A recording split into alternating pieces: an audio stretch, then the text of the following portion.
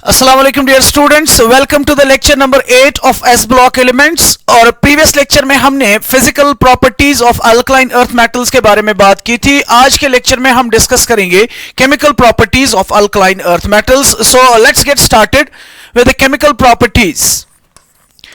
Chemical properties, जैसे कि हमने अल्कली मेटल्स में केमिकल प्रॉपर्टीज को डिस्कस किया था, सबसे पहले हमने डिस्कस किया था अल्कली मेटल्स में reactivity of alkali metals towards air. उसी तरीके से आज हम बात करेंगे, सबसे पहली रिएक्शन जो हम देखेंगे that will be reactivity towards air. Reactivity of alkaline earth metals towards air. Reactivity towards air. Reactivity towards air, ठीक।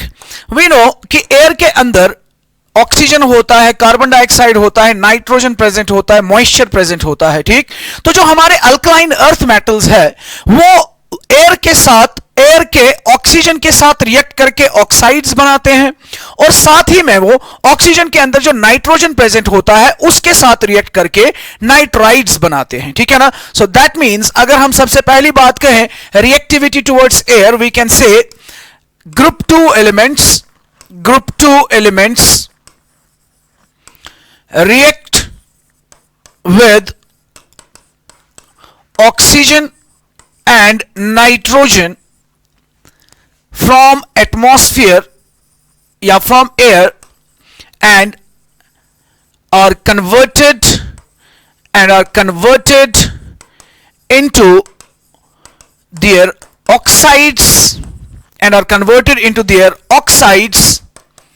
and nitrites. Oxides and nitrites, ठीक। they are converted into their oxides and nitrites, ठीक है ना। let's say for example हमने अभी कहा कि ये oxides बनाएंगे और nitrites बनाएंगे, ठीक। we will take the reaction। Reaction क्या होगी? सिंपली मेटल हमारा है, ये एटमॉस्फेरिक ऑक्सीजन के साथ कंबाइन होगा and it will result in the formation of an oxide. You know, oxide में ऑक्सीजन के ऊपर 2- चार्ज होती है, और अल्कलाइन अर्थ मेटल्स कौन से कैटाइन्स बनाते हैं? 2+ cation. That means formula of the oxide क्या होगा? फॉर्मूला ऑफ द ऑक्साइड होगा MO, ठीक। इसी तरीके से वो ये मेटल्स एटमॉस्फेयर में से नाइट्रोजन के साथ रिएक्ट करके क्या बनाएंगे? दे will result in the formation of M3N2, ठीक। हम इसको बैलेंस कर सकते हैं, इसको ट्वाइस कर देंगे, इसको ट्वाइस कर देंगे, ठीक। नाइट्राइड, मैंने लास्ट लेक्चर में भी बताया था, नाइट्राइड का मतलब होता है N के ऊपर 3-, ठीक, और मेटल के ऊपर 2+ चार्ज है।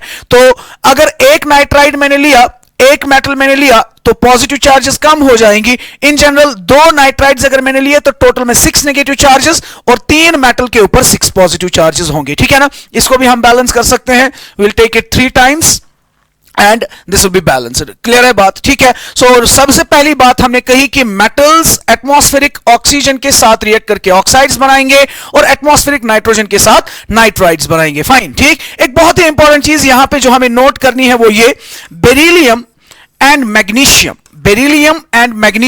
इन अल्कलाइन अर्थ मेटल्स में से beryllium and magnesium are kinetically inert towards this reaction. They are kinetically inert towards this reaction. What does that mean, kinetically inert towards this reaction? It means simply कि kinetically inert होने का मतलब है इनकी rate of the reaction, इनकी speed, ये उतना तेजी से ऑक्साइड और नाइट्राइड नहीं बनाते हैं from the atmosphere. In other words I can say like that कि बेरिलियम और मैग्नीशियम जो है वो ऑक्साइड और नाइट्राइड बनाते हैं, लेकिन उनकी रेट ऑफ द रिएक्शन जो है वो उतनी फास्टर नहीं होती है, ठीक है ना। रीजन क्या है? रीजन बहुत ही सिंपल है कि अगर हम बेरिलियम मेटल और मैग्नीशियम मेटल को एटमॉस्फेयर में एक्सपोज कर दे तो बेरिलियम ऑक्सीजन के साथ कंबाइन होगा। Let's say for example this is the metal of beryllium metal है, ठीक है। तो इस बेरिलियम की ऊपर वाली लेयर जो है वो ऑक्सीजन के साथ कंबाइन होगी। And let's say for example इसने क्या बनाया?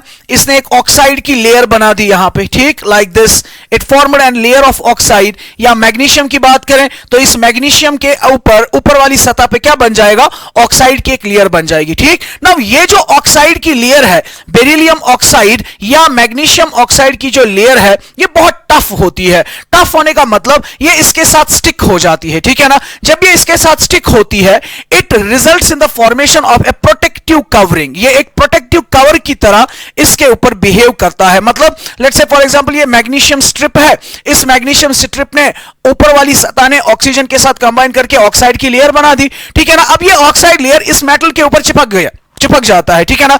जब ये चिपक जाएगा तो दैट मींस अब ऊपर वाली लेयर मैग्नीशियम की नहीं है, मैग्नीशियम ऑक्साइड की है। फर्दर ऑक्सीजन मैग्नीशियम के साथ रिएक्ट नहीं कर पाएगा, it will act as a protective covering for beryllium and magnesium. That is why beryllium oxide और मैग्नीशियम ऑक्साइड उतना तेजी से यहां पे नहीं बनेगा, क्योंकि जो ऑलरेडी एग्जिस्टिंग बेरिलियम ऑक्साइड है वो वहां पे एक्ट करेगा एज ए प्रोटेक्टिव कवरिंग, ठीक है। So that is how we justify beryllium and magnesium, they are kinetically inert towards this reaction, ये उतना तेजी से रिएक्ट नहीं करते हैं, ठीक। आपने 7th या 8th क्लास में एक एक्सपेरिमेंट किया होगा, सब लोग करते हैं, ठीक है ना। That is the burning of magnesium ribbon, ठीक। उसमें आप क्या करते थे, आप मैग्नीशियम की रिएक्शन ऑक्सीजन के साथ करते हो, ठीक। लेकिन आप लोगों को याद होगा सर ने आपको उस वक्त बोला होगा कि हम पहले इस मैग्नीशियम रिबन को रब करते हैं यूजिंग सैंड पेपर। रीजन क्या होता है, रीजन यही है कि मैग्नीशियम ने ऑक्सीजन के साथ ऑलरेडी एक ऑक्साइड की लेयर बनाई है जो उसके साथ चिपक गई है, ठीक। तो आप एक सैंड पेपर लाते हो और इसको रब करते हो, ऊपर वाली लेयर को हटा देते हो, so that free magnesium is expose, ठीक। उसके बाद आप उसको जलाते हो, फिर जाके मैग्नीशियम ऑक्सीजन के साथ रिएक्शन कर सकता है, ठीक है ना। इस तरीके से पहली केमिकल प्रॉपर्टी जो हमने यहां पे याद रखनी है, that is the reactivity towards air, and we simply से alkaline earth metals react with the oxygen to form oxides and nitrogen to form nitrides from the atmosphere. Beryllium and magnesium, they are kinetically inert towards this reaction. Fine, ठीक। next one, next reaction की अगर हम बात करें, reaction number 2 is reactivity towards oxygen. Reactivity towards oxygen, reactivity towards oxygen, यानी जब हम इन metals को बर्न करते हैं इन प्रेजेंस ऑफ ऑक्सीजन, बर्न करते हैं इन presence of oxygen, what will happen, ठीक। सिंपल सी बात है, जब मेटल्स को हम ऑक्सीजन के साथ बर्न करेंगे, what it will do, it will result in the formation of an oxide, ठीक। ये क्या बनाएगा, मेटल ऑक्साइड बनाएगा, ठीक। So metals on reaction with oxygen, they will result in the formation of oxides, ठीक। जैसे अभी मैंने कहा मैग्नीशियम रिबन को जब ऑक्सीजन में बर्न करेंगे तो वहां पे मैग्नीशियम ऑक्साइड बन जाता है, ठीक। नाउ एक और इंपॉर्टेंट चीज है यहां पे, वो ये कि ऑक्साइड बनने के साथ साथ वहां पे कुछ ना कुछ अमाउंट ऑफ पेरोक्साइड्स भी बनता है, ठीक है ना। तो ऑक्साइड्स के साथ साथ वहां पे क्या बनता है, पेरोक्साइड्स भी बनते हैं। तो हम यहां पे लिखेंगे स्टेटमेंट होगा group two elements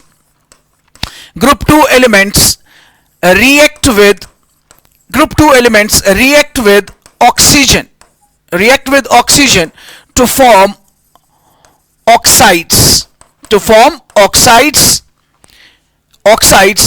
and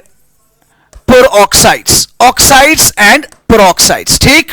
oxides भी बनते हैं और साथ में पेरोक्साइड्स भी बनते हैं, ठीक है ना। एक्सेप्ट बेरिलियम के बगैर, क्या मतलब एक्सेप्ट बेरिलियम, बेरिलियम सिर्फ ऑक्साइड बनाता है, ये पेरोक्साइड नहीं बनाता है। Except beryllium which only forms, ये सिर्फ क्या बनाता है, which only forms oxide. That means अगर मैंने बेरिलियम की रिएक्शन ऑक्सीजन के साथ की तो क्या मिल जाएगा, बेरिलियम ऑक्साइड मिलेगा, बेरिलियम पेरोक्साइड नहीं मिलेगा। मैग्नीशियम की रिएक्शन ऑक्सीजन के साथ की, मैग्नीशियम ऑक्साइड के साथ साथ मैग्नीशियम पेरोक्साइड बनेगा। फॉर्मूला क्या होगा, MgO2, यू नो मैग्नीशियम के ऊपर 2 पॉजिटिव चार्ज, दो ऑक्सीजन के ऊपर 2 माइनस चार्ज, इसी आयन को तो हमने नाम दिया था ना पेरोक्साइड आयन, ठीक। इसी तरीके से मैग्नीशियम के बाद कैल्शियम अगर बर्न होगा, कैल्शियम ऑक्साइड के साथ साथ कैल्शियम पेरोक्साइड बनेगा, ठीक। इसी तरीके से सिट्रॉन्शियम ऑक्साइड और सिट्रॉन्शियम पेरोक्साइड भी बनेगा, बेरियम ऑक्साइड और बेरियम पेरोक्साइड भी बनेगा। ये कब बनेगा बेटा, ये उस वक्त बनेगा जब हम इन मेटल्स की रिएक्शन ऑक्सीजन के साथ करेंगे, ठीक। सिर्फ बेरिलियम जो है ये ऑक्साइड बनाएगा, पेरोक्साइड नहीं बनाता है, ठीक। अब फिर से वही क्वेश्चन, ये ऑक्साइड ही क्यों बनाएगा, पेरोक्साइड क्यों नहीं बनाएगा। जैसे अल्कली मेटल्स में हमने कहा था कि larger cation stabilises larger A9, smaller cation stabilises smaller A9. ठीक, तो आप लोगों को याद होगा O2 माइनस एक छोटा आयन है और O22 माइनस एक बड़ा आयन है। ठीक, बेरिलियम कैटाइन छोटा कैटाइन है तो ये छोटे एनाइन के साथ ज्यादा स्टेबल होगा, छोटा कैटाइन बड़े एनाइन के साथ अनस्टेबल होगा, इसीलिए ये इसके साथ पेरोक्साइड नहीं बनाता है। इनका साइज बड़ा है तो ये ऑक्साइड के साथ साथ पेरोक्साइड भी बना सकते हैं। ठीक, अगर मैं कहूं what will happen to the react या what will happen to the tendency of peroxide formation, सबसे अच्छा पेरोक्साइड इनमें कौन बनाएगा, ज्यादा क्वांटिटी में पेरोक्साइड कौन बनाएगा, तो बैरियम बनाएगा, क्योंकि बैरियम का कैटाइन बड़े साइज का है, इसका बेटर बॉन्ड बनेगा पेरोक्साइड के साथ। बेरियम बड़े कैटाइन का कैटाइन बड़े साइज का है, ऑक्साइड छोटे साइज का कैटाइन है, ये ऑक्साइड से ज्यादा प्रेफर करेगा बैरियम पेरोक्साइड को बनाना। ठीक है, तो ये पॉइंट हम यहां पे मेंशन करेंगे। Tendency of peroxide formation increases down the group. Tendency of peroxide formation increases down the group. ठीक, so that means barium peroxide जो है वो सबसे स्टेबल होगा इनमें से। barium peroxide is the most stable peroxide। ठीक है, is the most stable peroxide. ठीक, तो क्या हमने सीखा यहां पे, हमने अभी बताया कि अगर ऑक्साइड्स बनाने हैं तो हम क्या करेंगे, मेटल को सिंपली बर्न करेंगे in presence of oxygen, we will get oxide. But इस रिएक्शन की प्रॉब्लम यह है कि ऑक्साइड के साथ साथ वहां पे पेरोक्साइड्स भी बनेंगे। ठीक है ना, क्लियर है बात, पेरोक्साइड्स भी बनेंगे। अब अगर मुझे सिर्फ ऑक्साइड्स चाहिए, ठीक है ना, अगर मुझे सिर्फ ऑक्साइड बनाने हैं तो मैं इस रिएक्शन को प्रेफर नहीं करूंगा। क्यों नहीं करूंगा, क्योंकि इस रिएक्शन में ऑक्साइड्स के साथ साथ कुछ ना कुछ अमाउंट ऑफ पेरोक्साइड भी बन जाता है। फाइन, ठीक है, तो दैट मींस अगर मुझे ऑक्साइड बनाने हैं there must be some other method of preparation of oxides, उसी के बारे में हम बात करेंगे। ठीक है, नंबर नेक्स्ट पॉइंट हम लिखेंगे, ऑक्साइड्स और ऑल्सो प्रिपेयर्ड, इनको हम एक और तरीके से भी प्रिपेयर कर सकते हैं। और ऑल्सो प्रिपेयर्ड कैसे, by the decomposition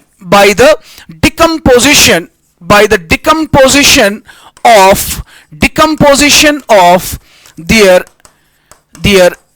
carbonates, by the decomposition of their carbonates and sulfates इनके कार्बोनेट्स और इनके सल्फेट्स की डिकम्पोजिशन रिएक्शन से हम ऑक्साइड्स को प्योर फॉर्म में बना सकते हैं, उसमें कोई पेरोक्साइड नहीं होगा। ठीक, मिसाल के तौर पर अगर मेरे पास कैल्शियम कार्बोनेट है, इसको मैंने डिकम्पोज किया, what it will do, it will result in the formation of calcium oxide plus निकल जाएगा कार्बन डाइऑक्साइड। ठीक है, कार्बन डाइऑक्साइड, कैल्शियम ऑक्साइड मुझे सॉलिड फॉर्म में मिलेगा, कार्बन डाइऑक्साइड बाहर चला जाएगा। कैल्शियम कार्बोनेट भी किस फॉर्म में होता है, वो सॉलिड फॉर्म में होता है। तो इस रिएक्शन की एक और इंपॉर्टेंस ये भी है कि इसको जब मैंने हीट किया तो दो प्रोडक्ट्स मिले, लेकिन एक प्रोडक्ट इनमें से वोलेटाइल है, यानी गैसेस फॉर्म में है, तो ये गैस ऑटोमेटिकली निकल जाएगा। आपके सामने कंटेनर में जो चीज बच जाएगी वो सिर्फ और सिर्फ कैल्शियम ऑक्साइड ही होगा। क्लियर? ठीक, नेक्स्ट वन, इसी तरीके से if I take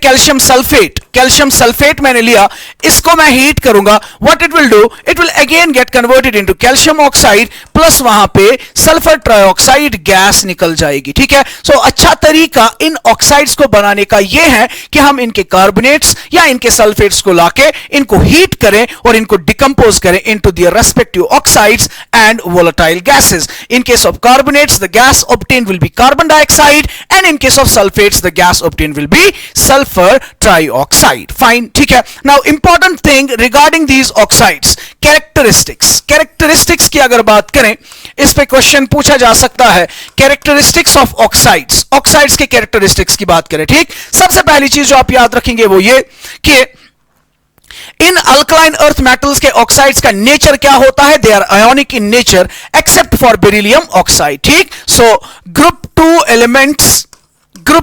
elements form ionic oxides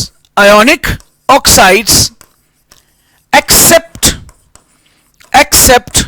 beryllium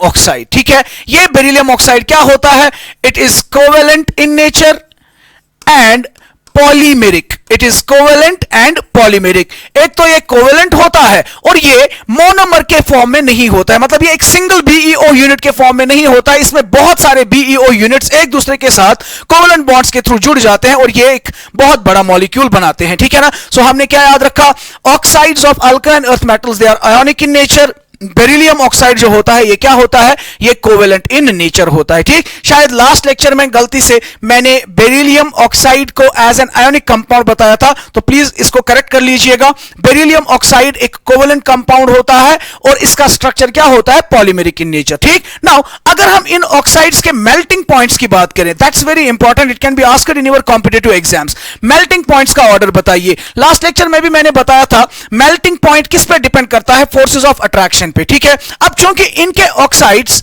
ionic in nature है, तो जो भी आयोनिक कंपाउंड्स होते हैं उनके अंदर स्ट्रॉन्ग आयोनिक बॉन्ड होता है, और यहां हम बोल सकते हैं किसका बॉन्ड कितना ज्यादा स्ट्रॉन्ग होगा वो डिपेंड करेगा इसकी लैटिस एनर्जी पे, यानी जिसकी लैटिस एनर्जी ज्यादा होगी उसका बॉन्ड जो होगा वो काफी ज्यादा स्ट्रॉन्ग होगा, उसका बॉन्ड काफी ज्यादा स्ट्रॉन्ग होगा, ठीक। तो अब हमारे पास कौन कौन सा ऑक्साइड है, beryllium oxide, this is already covalent in nature. तो अगर ये कोवेलेंट इन नेचर है, इसकी लैटिस एनर्जी के बारे में हम बात नहीं कर पाएंगे, इसको फिलहाल हम ऐसे ही रखेंगे। उसके बाद कौन है, magnesium oxide, then you have calcium oxide, then you have strontium oxide, then barium oxide, ठीक। अगर मैं इसको छोड़ के, इसको मैं क्यों छोड़ रहा हूं, इसको मैं इसलिए छोड़ रहा हूं क्योंकि ये पॉलीमेरिक होता है और कोवेलेंट होता है। इनकी बात करें तो ये आयोनिक है, इनमें से जिसकी लैटिस एनर्जी का वैल्यू ज्यादा होगा उसका मेल्टिंग पॉइंट ज्यादा होगा। नाउ यू नो ऑक्साइड यहां पे कॉमन है, तो ये Mg2 पॉजिटिव है, ये कैल्शियम 2 पॉजिटिव है, स्ट्रोंशियम 2 पॉजिटिव है, बेरियम 2 पॉजिटिव है, ठीक। Now if you look at this one, magnesium का आयन छोटे साइज का है, छोटे साइज के आयन की लैटिस एनर्जी ज्यादा होगी, यानी मैग्नीशियम का मेल्टिंग पॉइंट ज्यादा होगा, followed by calcium oxide, followed by strontium oxide, followed by barium oxide.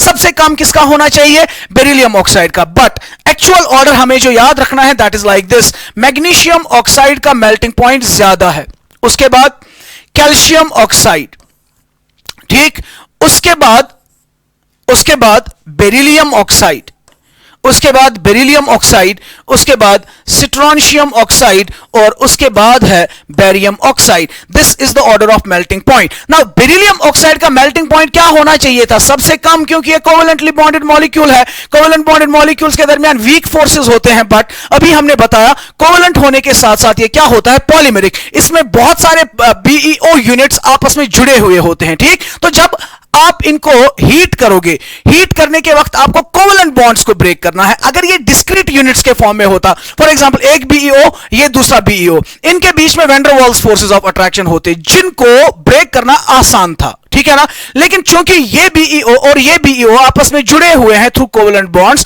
Through polymeric structures, तो यहां पे अगर इनको अलग अलग करना है तो आपको कोवेलेंट बॉन्ड्स को ब्रेक करना है, और कोवेलेंट बॉन्ड्स को ब्रेक करना भी मान लीजिए आप, उसमें भी ज्यादा एनर्जी लगेगी। इसीलिए ओवरऑल में जो ऑर्डर हम देखते हैं कि बेरिलियम ऑक्साइड का मेल्टिंग पॉइंट इन दो के मुकाबले में थोड़ा सा ज्यादा होता है, owing to its polymeric structure, ठीक। बहुत इंपॉर्टेंट चीज हमने डिस्कस की, ये ऑर्डर आपकी नोटबुक पे हाईलाइटेड पोर्शन में होना चाहिए, ठीक है ना, क्योंकि ये आपके नीट एग्जाम्स में कभी पूछा जा सकता है। The correct order of the melting points of oxides of alkaline earth metals is, ठीक। सो नंबर सेकंड थिंग जो हमने डिस्कस की that is the reactivity towards oxygen. इसमें हमने डिस्कस किया ऑक्साइड्स कैसे बनते हैं, कुछ और तरीके भी हमने दिखाए ऑक्साइड्स के, फिर प्रॉपर्टीज ऑफ द ऑक्साइड्स में हमने इंपॉर्टेंट पॉइंट बताया कि सभी ऑक्साइड्स आयोनिक इन नेचर होते हैं except for beryllium oxide which is covalent as well as it is polymeric in nature. Fine, ठीक, क्लियर होगी बात, fine.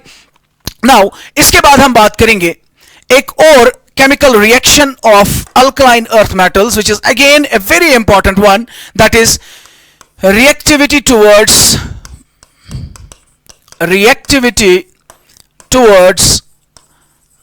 hydrogen, reactivity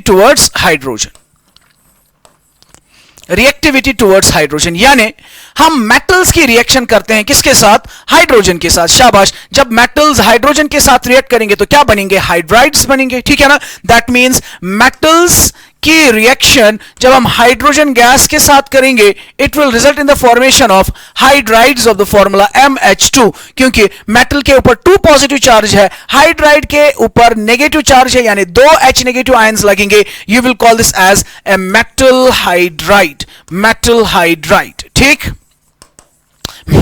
metal hydride, ठीक है ना. So we can write group 2 elements react with hydrogen gas to form hydrides, ठीक, hydrides बनेंगे, ठीक है ना. Now एक इंपॉर्टेंट चीज, beryllium does not react with hydrogen directly to form hydrides, ठीक है, to form hydrides. क्लियर? क्या कहा हमने? ये रिएक्शन बेरिलियम नहीं दिखाता है क्योंकि बेरिलियम की रिएक्टिविटी काफी कम होती है. ऑलरेडी हमने पढ़ा है reactivity down the group increases, beryllium सबसे लीस्ट रिएक्टिव होगा, तो ये हाइड्रोजन के साथ डायरेक्टली कंबाइन करके हाइड्राइड्स नहीं बनाता है, यानी बेरिलियम के लिए ये वाली रिएक्शन पॉसिबल नहीं है, ठीक है. नंबर सेकेंड, मैग्नीशियम जो है, magnesium reacts with hydrogen under high pressure. High pressures पे ही मैग्नीशियम रिएक्ट करता है ताकि वो मैग्नीशियम हाइड्राइड बनाए, ठीक. इन जनरल कैन वी से बेरिलियम और मैग्नीशियम के अगर मुझे हाइड्राइड्स बनाने हैं तो मैं ये वाली रिएक्शन यूज नहीं कर सकता हूं, ठीक. ये वाली रिएक्शन फिर किस किस के लिए सूटेबल होगी? कैल्शियम, सिट्रोनियम एंड बेरियम, ठीक है. That means this reaction will be suitable for calcium. Calcium will directly combine with hydrogen and it will result in the formation of calcium hydride. Strontium will directly combine with hydrogen, it will result in the formation of strontium hydride. And then you have barium will directly combine with hydrogen and it will result in the formation of barium hydride, ठीक. Beryllium और magnesium इनको हम directly hydrogen के साथ react करके इनके hydrides को prepare नहीं कर सकते हैं owing to their less reactivity. Fine, ठीक. अब अगर हमें हाइड्राइड्स बनाने हैं कैल्शियम, स्ट्रोनियम और बेरियम हाइड्राइड, तो हम डायरेक्टली बना सकते हैं, ठीक है.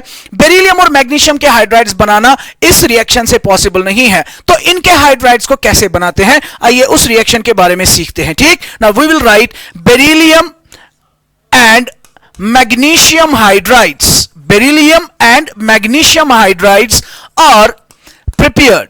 कैसे प्रिपेयर करते हैं? Are prepared by treating their halides, इनके halides को ट्रीट करना है. treating their halides with किसके साथ? Lithium aluminium hydride. शाबाश, लिथियम एल्यूमिनियम हाइड्राइड. क्या कर रहे हैं हम इस रिएक्शन में? अगर मुझे बेरिलियम और मैग्नीशियम के हाइड्राइड्स को बनाना है, डायरेक्ट रिएक्शन से पॉसिबल नहीं है, तो इनडायरेक्टली बनाते हैं. कैसे? बेरिलियम का halide let's say BeCl2, magnesium का हैलाइड MgCl2, इसकी रिएक्शन किसके साथ करनी है? लिथियम एल्यूमिनियम हाइड्राइड, जिसका फॉर्मूला है LiAlH4. This is what we call as lithium aluminium hydride, ठीक. तो जरा देखिए कैसे रिएक्शन होगी. लेट्स से मैंने बेरिलियम क्लोराइड लिया BeCl2, फाइन. इसकी रिएक्शन में किसके साथ कर रहा हूं? लिथियम एल्यूमिनियम हाइड्राइड के साथ, ठीक. तो जब ये रिएक्ट करेंगे, what are the expected products? शाबाश, you will get BeH2 plus you will get LiCl plus you will get AlCl3 मिल जाएगा. तो हम इसको बैलेंस कर सकते हैं ट्वाइस एंड ट्वाइस. आपका हाइड्रोजन भी बैलेंस हो गया, बेरिलियम भी बैलेंस हो गया, क्लोरीन 4 आ गए, तो यहां पे भी 3 और 4 1 4 हो गए, ठीक है ना. दैट मींस इस रिएक्शन से ही हम बेरिलियम हाइड्राइड को आराम से बना सकते हैं. डायरेक्ट रिएक्शन से हम इसको प्रिपेयर नहीं कर सकते हैं, ठीक. सिमिलरली अगर मैग्नीशियम का हैलाइड अच्छे तरीके से बनाना है तो क्या करेंगे? हाइड्राइड बनाना है. I'll take magnesium chloride, I'll treat it with lithium aluminium hydride. What will be the products? You will get twice MgH2 magnesium hydride plus LiCl plus AlCl3। ठीक है, इन रिएक्शन से हम हाइड्राइड्स को प्रिपेयर कर सकते हैं। किनके hydrides? Beryllium hydride and magnesium hydride. Fine, I hope कि ये आप लोगों को अच्छे से क्लियर हो गया कि हाइड्राइड्स की रिएक्शन हम हाइड्राइड्स को कैसे प्रिपेयर करते हैं। फाइन, ठीक। नाउ हाइड्राइड्स को जब हमने प्रिपेयर किया, किस तरीके से प्रिपेयर किया वो हमने देख लिया। अब हम बात करेंगे इन हाइड्राइड्स की प्रॉपर्टीज के बारे में। ठीक, properties of hydrides.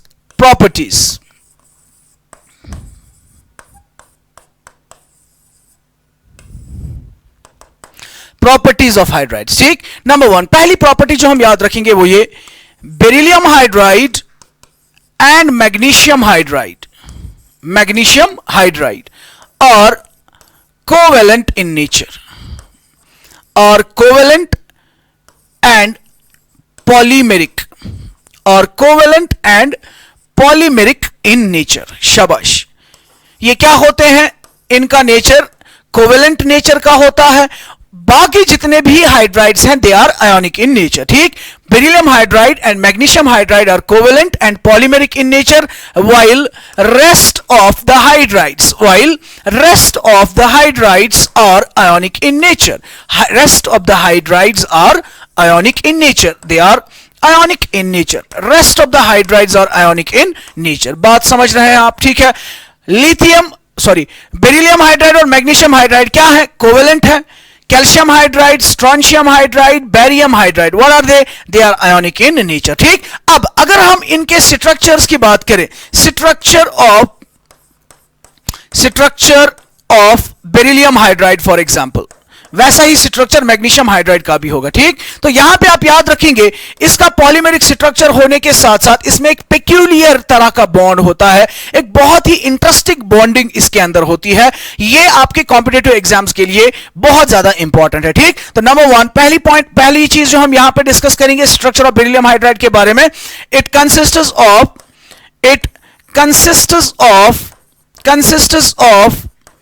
a polymeric structure. It consists of a polymeric structure. Number 2 is it consists of three center 2 electron bond. 3 center 2 electron bond. Note कर लीजिएगा, बहुत ही इंपॉर्टेंट किस्म का बॉन्ड है 3 सेंटर 2 इलेक्ट्रॉन बॉन्ड। इसको हम सिंपली 3C2E बॉन्ड कहते हैं। 3C2E bond, 3 center 2 electron bond. ठीक, इसी का एक और नाम है, this is also called as banana bond. इसका एक और नाम क्या है? Banana bond. ठीक, तो बेरिलियम हाइड्राइड के केस में हमने क्या देखेंगे? हम यहां पे देखेंगे कि इसका स्ट्रक्चर कैसा है। पहली चीज मैंने कही कि ये पॉलीमेरिक स्ट्रक्चर है। दूसरी चीज मैंने कही इसमें एक स्पेशल तरह की बॉन्डिंग होती है। कौन सा बॉन्ड बनता है? 3 सेंटर 2 इलेक्ट्रॉन बॉन्ड, जिसको हम बनाना बॉन्ड भी बोलते हैं। ठीक है ना। देखिए, अगर नॉर्मल बॉन्ड की बात करें, नॉर्मल बॉन्ड की हम बात करें, ठीक है, नॉर्मल बॉन्ड की अगर हम बात करें, लेट्स से फॉर एग्जांपल ये एटम ए है, इस एटम ए ने यहां से बी के साथ बॉन्ड बनाया है, यहां से बी के साथ बॉन्ड बनाया है। ठीक, now if you look at this molecule, इस मॉलिक्यूल की तरफ अगर आप देखें, यहां पे आप देख सकते हो ए ने 1 इलेक्ट्रॉन दिया, बी ने 1 इलेक्ट्रॉन दिया, ए ने 1 इलेक्ट्रॉन दिया, बी ने 1 इलेक्ट्रॉन दिया। ठीक, तो ये मॉलिक्यूल जो है, इस मॉलिक्यूल में कितने एटम्स प्रेजेंट है? 1, 2 एंड 3। ठीक है ना। लेकिन इन 3 एटम्स ने कितने बॉन्ड्स बनाए हैं? 2 बॉन्ड्स बनाए हैं। और इन 2 बॉन्ड में कितने इलेक्ट्रॉन्स प्रेजेंट है? 2 और 2 4। इसको हम नॉर्मल बॉन्ड कहेंगे, इसको कहेंगे 3 centre 4 electron bond. 3 centre 4 electron bond. ठीक, लेकिन इसके स्ट्रक्चर के अंदर क्या होता है? 3 एटम्स तो होते हैं लेकिन 2 ही इलेक्ट्रॉन्स प्रेजेंट होते हैं। 3 एटम्स इन्वॉल्वड होते हैं बॉन्डिंग में, लेकिन इन 3 एटम्स के बीच में 4 इलेक्ट्रॉन्स के बजाय सिर्फ 2 ही इलेक्ट्रॉन्स अवेलेबल होते हैं। चलिए देखते हैं कैसे होती है ये 3 सेंटर 2 इलेक्ट्रॉन बॉन्डिंग, क्या होता है ये बेसिकली। ठीक, शाबाश। हम बात करेंगे स्ट्रक्चर ऑफ बेरिलियम हाइड्राइड। देखिए जी, ध्यान से देखिएगा, बेरिलियम हाइड्राइड का स्ट्रक्चर देखेंगे। ठीक, तो बेरिलियम हाइड्राइड के अंदर इस तरह का स्ट्रक्चर होता है। बेरिलियम, एक और बेरिलियम, पॉलीमेरिक स्ट्रक्चर होता है यानी बहुत सारे एटम्स इसमें अवेलेबल होंगे. Then you have again another beryllium. ठीक. Now this beryllium contains hydrogen and hydrogen. This hydrogen is linked to both. ये हाइड्रोजन इस बेरिलियम के साथ भी साइमल्टेनियसली लिंक होता है, इसके साथ भी साइमल्टेनियसली लिंक होता है. इसी तरीके से ये यहां से भी आगे बॉन्ड्स बनाएगा. एक हाइड्रोजन इस बेरिलियम के साथ भी लिंक्ड है, इस बेरिलियम के साथ भी लिंक्ड है. This hydrogen is linked with this beryllium as well as this beryllium. Hydrogen यहां से भी कनेक्टेड है, यहां से भी कनेक्टेड है, यहां से भी कनेक्टेड है, इधर से भी कनेक्टेड है. And the process will go on. It will result in the formation of a very huge molecule. ठीक है ना, एक पॉलीमेरिक स्ट्रक्चर बनाएगा. ठीक. तो चलिए इसके इस तरह के बॉन्डिंग अरेंजमेंट को समझने की कोशिश करते हैं. ठीक. जैसे हम नॉर्मल मॉलिक्यूल्स में बॉन्डिंग को एक्सप्लेन करते हैं किसके बेसिस पे, वीबीटी के बेसिस पे, वैसे ही यहां पे भी हम वीबीटी को अप्लाई करेंगे. ठीक. चलिए देखते हैं वीबीटी का क्या कहना है. ठीक. Beryllium hydride. अगर मैं आपसे कहता नॉर्मली बेरिलियम हाइड्राइड का बॉन्डिंग समझाइए तो आप कहेंगे इसमें सेंट्रल एटम है बेरिलियम. बेरिलियम की वैलेंशियल कॉन्फ़िगरेशन है 2s2. बेरिलियम की वैलेंशियल कॉन्फ़िगरेशन है 2s2, 2p0. बेरिलियम का एटॉमिक नंबर क्या है 4. Lithium 3, beryllium 4. तो 1s2 देन 2s2. ठीक. 2s2 यानी इसकी वैलेंशियल में 2s2 कॉन्फ़िगरेशन है और 2p इसमें खाली होगा. ठीक. मैं अगर इसको ऐसे दिखाऊं 2s के अंदर 2 इलेक्ट्रॉन्स है, 2p जो है वो वैकेंट है. नाउ अगर हम देखें बेरिलियम को कितने बॉन्ड्स बनाने हैं, नॉर्मली 2 हाइड्रोजन्स के साथ अगर जुड़ना है तो 2 बॉन्ड्स बनाने हैं. 2 बॉन्ड्स होने के लिए इसके पास क्या होने चाहिए, 2 अनपेयर्ड इलेक्ट्रॉन्स. तो ग्राउंड स्टेट में तो इसके पास नहीं है. हम क्या करेंगे, इसको एक्साइट करेंगे. एक्साइटेड स्टेट में क्या हो जाएगा, 2s के अंदर एक इलेक्ट्रॉन रहेगा और 2p के अंदर एक और इलेक्ट्रॉन आ जाएगा. ठीक है ना, 2p के अंदर एक और इलेक्ट्रॉन आ जाएगा. ठीक. अब हम क्या कहेंगे, हम कहेंगे कि अब ये s और p आपस में हाइब्रिडाइजेशन करेगा. sp हाइब्रिडाइजेशन होगी. sp हाइब्रिडाइजेशन जब होगी तो एक बॉन्ड इधर से बनेगा, एक बॉन्ड इधर से बनेगा, यानी ये एक मोनोमर के फॉर्म में रहना चाहिए. ठीक. मगर इसके पॉलीमेरिक स्ट्रक्चर को अगर हमें समझना है तो हमें ध्यान देना है यहां पे कुछ इंपॉर्टेंट चीजों का. ठीक. वो ये कि आपको याद रखना है इस स्ट्रक्चर में इट अंडरगोज हाइब्रिडाइजेशन. कौन सी हाइब्रिडाइजेशन करता है ये, sp3. sp हाइब्रिडाइजेशन नहीं होती है अगर ये मोनोमर फॉर्म में प्रेजेंट होगा. मोनोमर फॉर्म में प्रेजेंट होगा. मोनोमर का मतलब सिंगल BeH2 यूनिट के फॉर्म में प्रेजेंट होगा. तो इसको 2 ही बॉन्ड्स बनाने हैं, 2 ही हाइब्रिड ऑर्बिटल्स होने चाहिए. वो पॉसिबल है sp हाइब्रिडाइजेशन से. एक हाइड्रोजन इसके साथ बॉन्ड बनाता, दूसरा हाइड्रोजन इस एटम इस ऑर्बिटल के साथ बॉन्ड बनाता, बात खत्म. ठीक है ना. मगर पॉलीमेरिक स्ट्रक्चर में अभी मैंने दिखाया, पॉलीमेरिक स्ट्रक्चर में अगर मैं इस बेरिलियम की बात करूं, ये कितने बॉन्ड्स बना रहा है, 1 2 3 और 4. 4 बॉन्ड्स बनाने के लिए क्या होने चाहिए इसके पास, 4 हाइब्रिड ऑर्बिटल्स. और 4 हाइब्रिड ऑर्बिटल्स कब आते हैं, जब हाइब्रिडाइजेशन कौन सी होगी, जब हाइब्रिडाइजेशन होगी sp3. मैं फिर से समझाने की कोशिश कर रहा हूं, फिर से मैं बता रहा हूं. बेरिलियम हाइड्राइड का स्ट्रक्चर अगर मुझे बनाना है तो according to VBT I am writing the central atom beryllium. इसकी कॉन्फ़िगरेशन मैंने लिखी वो इस तरीके से है. फिर मैंने देखा इसको चूंकि 2 हाइड्रोजन्स के साथ बॉन्ड्स बनाने हैं, इसके पास एटलीस्ट 2 अनपेयर्ड इलेक्ट्रॉन्स होने चाहिए. मैंने इसको एक्साइट कर दिया. ठीक. फिर मैं कह रहा हूं कि अगर ये बेरिलियम हाइड्राइड अकेला मॉलिक्यूल रहता BeH2, उस वक्त इसको क्या बनाने थे, 2 ही बॉन्ड्स बनाने थे. 2 बॉन्ड्स बनाने के लिए इसके पास क्या होने चाहिए, 2 हाइब्रिड ऑर्बिटल्स. तो उस वक्त ये कौन सी हाइब्रिडाइजेशन करता, sp हाइब्रिडाइजेशन. जब sp हाइब्रिडाइजेशन होती तो 2 sp हाइब्रिड ऑर्बिटल्स बनते. एक sp हाइब्रिड ऑर्बिटल के साथ हाइड्रोजन ओवरलैप करता, दूसरे sp हाइब्रिड ऑर्बिटल के साथ दूसरा हाइड्रोजन ओवरलैप करता. उसका स्ट्रक्चर क्या होता, लीनियर स्ट्रक्चर होता, जैसे कि sp हाइब्रिडाइजेशन में होता है. ठीक. मगर चूंकि पॉलीमेरिक स्ट्रक्चर की जब हमने बात की, हमने देखा कुछ इस तरीके का स्ट्रक्चर होता है. और हर कोई बेरिलियम साइमल्टेनियसली कितने बॉन्ड्स बना रहा है, 4 बॉन्ड्स बना रहा है. इन 4 बॉन्ड्स को बनाने के लिए, इन 4 बॉन्ड्स को बनाने के लिए इसके पास क्या होने चाहिए, 4 हाइब्रिड ऑर्बिटल्स होने चाहिए. तो 4 हाइब्रिड ऑर्बिटल्स कब मिलेंगे हमें, जब sp3 हाइब्रिडाइजेशन होगी. तो जब sp3 हाइब्रिडाइजेशन होगी, जरा मुझे बताइए बेरिलियम के ऊपर कितने हाइब्रिड ऑर्बिटल्स आएंगे, 4 हाइब्रिड ऑर्बिटल्स आएंगे. लेकिन इन 4 हाइब्रिड ऑर्बिटल्स में 2 ऑर्बिटल्स में क्या रहेंगे, एक एक इलेक्ट्रॉन. 2 ऑर्बिटल्स क्या रहेंगे, एम्प्टी रहेंगे. ठीक है. These are all sp3 hybrid orbitals. Every atom of beryllium will contain 4 hybrid orbitals. Out of those 4 hybrid orbitals, 2 2 will contain 2 unpaired electrons and 2 will be empty. ठीक है ना. नाउ यही चीज दिमाग में लेके हम यहां पे बॉन्डिंग को समझने की कोशिश करेंगे. ठीक, ध्यान दीजिएगा. इधर मैंने बेरिलियम एटम लिखा, एक बेरिलियम एटम, ठीक, दूसरा बेरिलियम एटम, तीसरा बेरिलियम एटम, चौथा बेरिलियम एटम. इसी तरीके से ये प्रोसेस आगे चलती जाएगी. It will go on. ठीक. नाउ हर किसी बेरिलियम एटम के पास क्या चीज अवेलेबल है? हर किसी बेरिलियम एटम के पास है ना 4 ऑर्बिटल्स. तो वो 4 ऑर्बिटल्स होंगे ऐसे 1 2 3 और 4. ठीक है, 4 हाइब्रिड ऑर्बिटल्स है. इसके पास भी कितने हैं? 4 हाइब्रिड ऑर्बिटल्स, 1 2 3 4. इसके पास भी 4, 1 2 3 4. इसके पास भी 4, 1 2 3 and 4. इसके पास भी 4, 1 2 3 and 4, like this. ठीक. नाउ इन 4 हाइब्रिड ऑर्बिटल्स में क्या चीज वहां पे अवेलेबल है?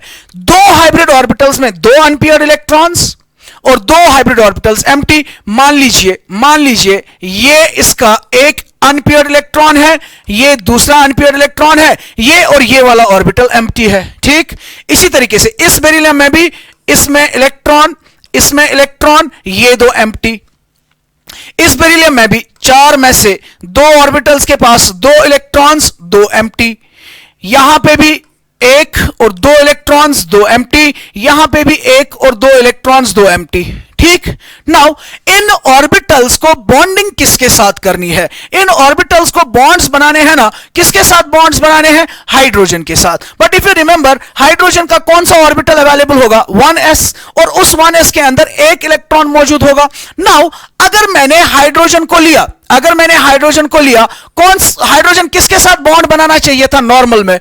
इसके साथ, क्योंकि इसके पास अनपेयर्ड इलेक्ट्रॉन था. It should have been like this. ठीक. और सिमिलरली इसके साथ बॉन्ड बनाना चाहिए था अनहाइब्रिड, इसके पास अनपेयर्ड इलेक्ट्रॉन है. इन दो के साथ ये बॉन्ड नहीं बनाना चाहिए था. सो दैट इस मॉलिक्यूल का स्ट्रक्चर क्या होता? BeH2 linear. ठीक. मगर अगर ये BeH2 फॉर्म में, अगर ये सिर्फ ऐसे नॉर्मल बॉन्ड बनाएगा तो ये बेरिलियम और ये बेरिलियम आपस में नहीं जुड़ रहे हैं. आप देख सकते हो ये अलग है, ये अलग से बॉन्ड बनाएगा, ये अलग से बॉन्ड बनाएगा. तो पॉलीमेरिक स्ट्रक्चर नहीं बनेगा. अगर पॉलीमेरिक स्ट्रक्चर बनाना है, I will undo this thing जो मैंने अभी दिखाई, वापस समझाएंगे. अगर इसको पॉलीमेरिक स्ट्रक्चर बनाना है, मतलब यह है ना कि इस बेरिलियम को इस बेरिलियम के साथ भी कनेक्ट होना है, इस बेरिलियम को इसके साथ भी कनेक्ट होना है. तो what actually happens here is that hydrogen जो आएगा वो अपना ऑर्बिटल लेके इसके साथ भी ओवरलैप करेगा और इसके एम्प्टी ऑर्बिटल के साथ भी ओवरलैप करता है. ठीक है ना. Totally peculiar structure. जितना भी अभी तक हमने बॉन्डिंग में देखा है उसके बरक्स जा रहा है, उसके खिलाफ जा रहा है, और इसी तरह की बॉन्डिंग इसमें पाई गई है. ठीक. हाइड्रोजन अपना एक इलेक्ट्रॉन लेके इसी के साथ, इसके अनपेयर्ड इलेक्ट्रॉन के साथ ही नहीं बल्कि दूसरे बेरिलियम के एम्प्टी ऑर्बिटल के साथ भी ओवरलैप कर लेता है. ठीक है. As a result of that what happens, ये बेरिलियम और ये बेरिलियम जुड़ गए ना, किसके थ्रू? हाइड्रोजन एटम के थ्रू ये जुड़ गए. ठीक. हाइड्रोजन एटम के थ्रू ये जुड़ गए. इसी तरीके से नीचे से भी क्या होगा? हाइड्रोजन आएगा अपना 1s एटॉमिक ऑर्बिटल लेके, वो न सिर्फ इसके अनपेयर्ड एटॉमिक ऑर्बिटल के साथ ओवरलैप करेगा बल्कि इसके एम्प्टी ऑर्बिटल के साथ भी ओवरलैप करेगा. तो इनके दरमियान एक ब्रिज बन गया. सिमिलरली अगर हम नेक्स्ट बेरिलियम की बात करें, ये न सिर्फ इसके अनपेयर्ड इलेक्ट्रॉन के साथ ओवरलैप करेगा बल्कि इसके एम्प्टी ऑर्बिटल के साथ भी ओवरलैप करेगा.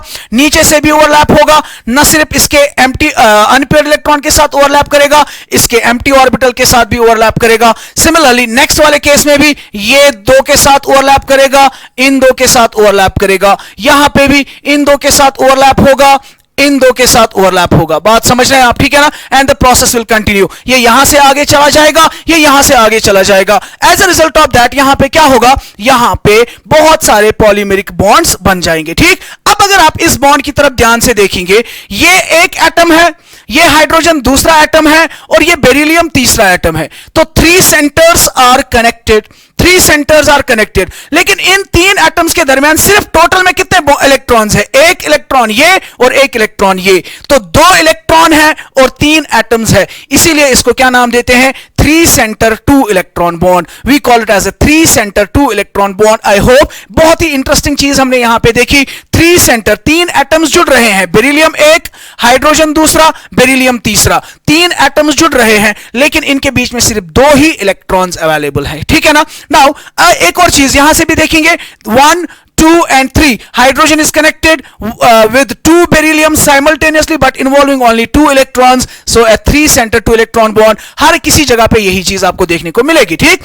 एक और चीज अगर आप देखें यहां पे, that is this one, वो मैं नेक्स्ट कलर से दिखाऊंगा। I'll show it with the help of let's say green colour, ठीक, ग्रीन कलर से दिखाऊंगा। अब अगर आप इस बॉन्ड की तरफ देखेंगे, ये वाला बॉन्ड, दिस वन, ये इलेक्ट्रॉन डेंसिटी इसी रीजन में होगी ना, ये इलेक्ट्रॉन डेंसिटी होगी ना इसी रीजन में, it will be in this region. इसी तरीके से यहां पे इस रीजन में ये इलेक्ट्रॉन्स घूम रहे होंगे लाइक दिस, ठीक। यहां पे इस रीजन में, यहां पे इस रीजन में, यहां पे इस रीजन में,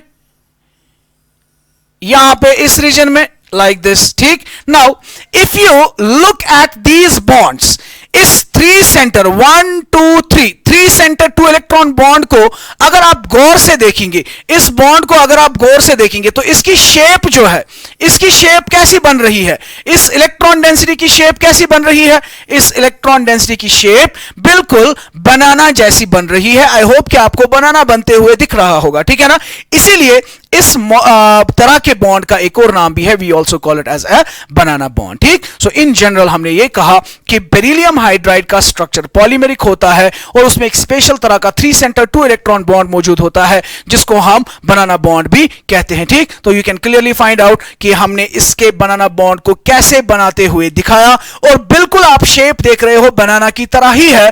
as a result of that we also call it as a banana bond, ठीक। So this was about the structure of beryllium hydride. इसी तरीके का स्ट्रक्चर किसका होगा, मैग्नीशियम हाइड्राइड का होगा, ठीक ना। कुछ और इंपॉर्टेंट चीजें हम डिस्कस करेंगे, वो ये अभी हमने बताया, calcium hydride, strontium hydride and barium hydride, ठीक। इनका नेचर क्या होगा, they will be ionic in nature, होंगे ना, क्योंकि बेरिलियम और मैग्नीशियम का हाइड्राइड कोवेलेंट है, बाकी सारे आयोनिक इन नेचर हैं, ठीक। Now if they are ionic that means they will dissociate, they will dissociate into what, they will dissociate into a calcium 2 positive ion plus it will give 2 times H negative, 2 hydride ions देगा, ठीक है ना। अब इन hydrides की अगर हम electrolysis करते हैं, what do you mean by electrolysis, हम इनको एक इलेक्ट्रोलिटिक टैंक में या एक कंटेनर में लाते हैं, कैल्शियम हाइड्राइड को फॉर एग्जांपल, और इसके अंदर मैंने 2 इलेक्ट्रोड्स डिप कर दिए। एक इलेक्ट्रोड को मैंने कनेक्ट किया with the positive terminal of the battery और दूसरे को मैंने कनेक्ट किया with the negative terminal of the battery से, ठीक है। अंदर मैंने क्या डाल दिया, calcium hydride. Calcium hydride will dissociate into Ca2 positive and H negative ions. जैसे ही मैंने इलेक्ट्रिसिटी पास की, व्हाट विल हैपन, ये H नेगेटिव आयंस इस पॉजिटिव प्लेट की तरफ जाएंगे और ये calcium 2 positive ions negative electrode की तरफ जाएंगे, ठीक। जिस इलेक्ट्रोड की तरफ एनायंस मूव करते हैं इसको हम नाम देते हैं एनोड, और जिसकी तरफ कैटायंस मूव करते हैं इसको हम नाम देते हैं कैथोड, ठीक। नाउ जैसे ही ये H नेगेटिव एनोड के पास जाएगा, what it will do, it will lose its charge, ये अपनी चार्ज को लूज करेगा। सो मैं दिखाऊंगा at anode, at anode, anode पे क्या होगा, H नेगेटिव जो है it will lose its electrons, क्योंकि ये पॉजिटिवली चार्जड है, ये अपने इलेक्ट्रॉन्स इसी टर्मिनल को देगा, it will lose its charge and it will result in the formation of hydrogen atom plus electron, ठीक। इसी तरीके से अगर 2 हाइड्राइड आयंस आए, वो क्या देंगे, 2 hydrogen atoms plus 2 electrons, but you know hydrogen atoms they are unstable, ठीक है। इसीलिए क्या होगा, ये 2 हाइड्रोजन एटम्स अब आपस में कंबाइन होकर क्या बनाएंगे, हाइड्रोजन गैस बनाएंगे, ठीक। सो सिंपल टर्म्स में अगर हम कहें, हम कहेंगे कि ionic hydrides of group 2 upon electrolysis they produce hydrogen gas. कहां पे प्रोड्यूस करते हैं, किस इलेक्ट्रोड पे हाइड्रोजन गैस को प्रोड्यूस करते हैं, at anode, at anode, clear, ठीक। लास्ट पे एक और इंपॉर्टेंट चीज हम यहां पे डिस्कस करेंगे, वो ये कि इन हाइड्राइड्स की जब हम इनको हम वाटर में डालते हैं, इन हाइड्राइड्स को जब हम क्या करते हैं, इनको वाटर में डालते हैं, तो वहां पे क्या होता है, reaction of hydrides with ionic hydrides, particularly reaction of ionic hydrides with water. ठीक है, लेट्स से फॉर एग्जांपल मैंने कैल्शियम हाइड्राइड को लिया, इसको मैंने वाटर में डाल दिया. ठीक, वाटर में जाने पे ये क्या कर देगा, it will result in the formation of calcium hydroxide. ये बनाएगा कैल्शियम हाइड्रोक्साइड प्लस ये हाइड्रोजन गैस देगा. कैल्शियम हाइड्रोक्साइड बनाएगा, साथ में ये हाइड्रोजन गैस दे देगा. ठीक, तो कैन वी सिंपली से on reaction with water, on reaction with water, ionic hydrides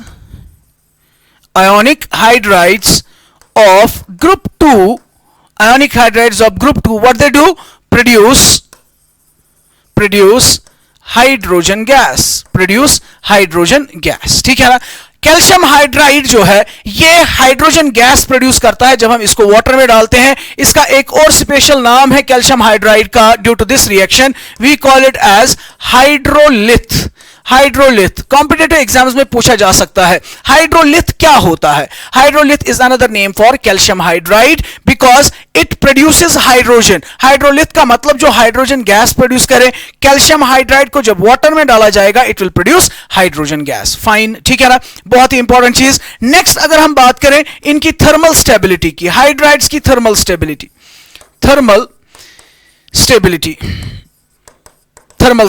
ठीक. So I will write beryllium hydride, magnesium hydride, calcium hydride, strontium hydride and barium hydride. ठीक है.